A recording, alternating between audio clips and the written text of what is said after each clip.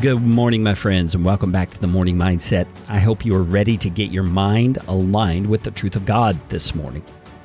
And I've just introduced a topic that the scripture refers to as the fear of the Lord. And we honestly don't like combining those words together because we don't want to fear God. We want God to be a comfort to us.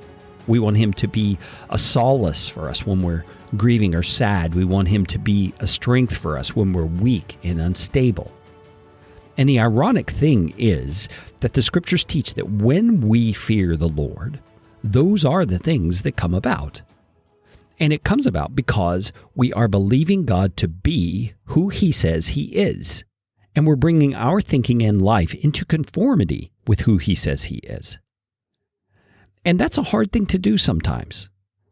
And I find that it requires an essential humility to not just intellectually, but on a heart level, admit that God is God, we are not.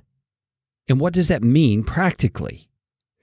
Well, it means that we put ourselves in a position under His authority where we admit things like this.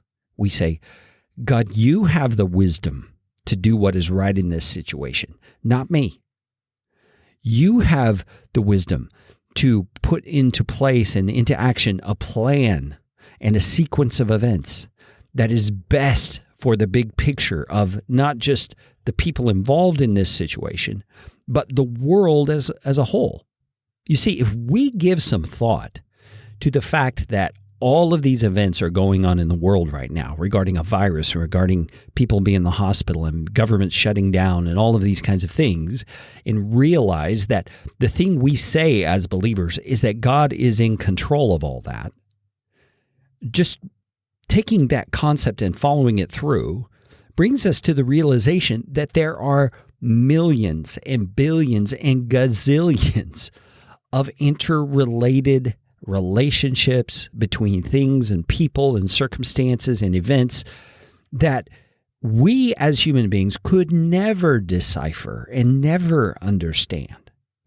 Yet God, being in control, as we say He is, and as we affirm that He is, has all of those things sorted. He understands them all. In fact, He's working them all together for the good of those who loved Him and for those who are called according to His purpose. We find that in Romans chapter 8, verse 28.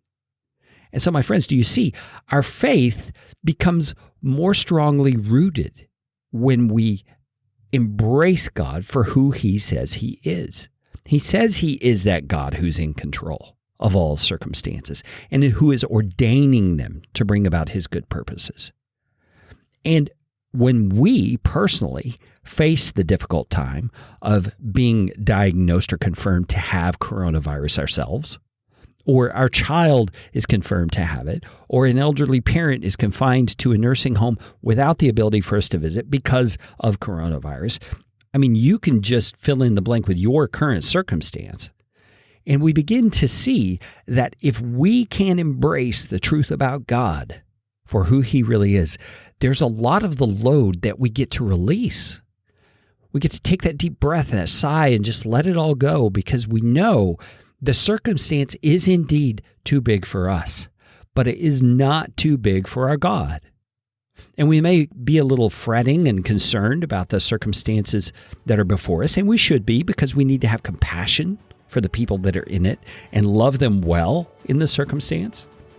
But at the same time, we have to trust that our God is in control, that He is doing good.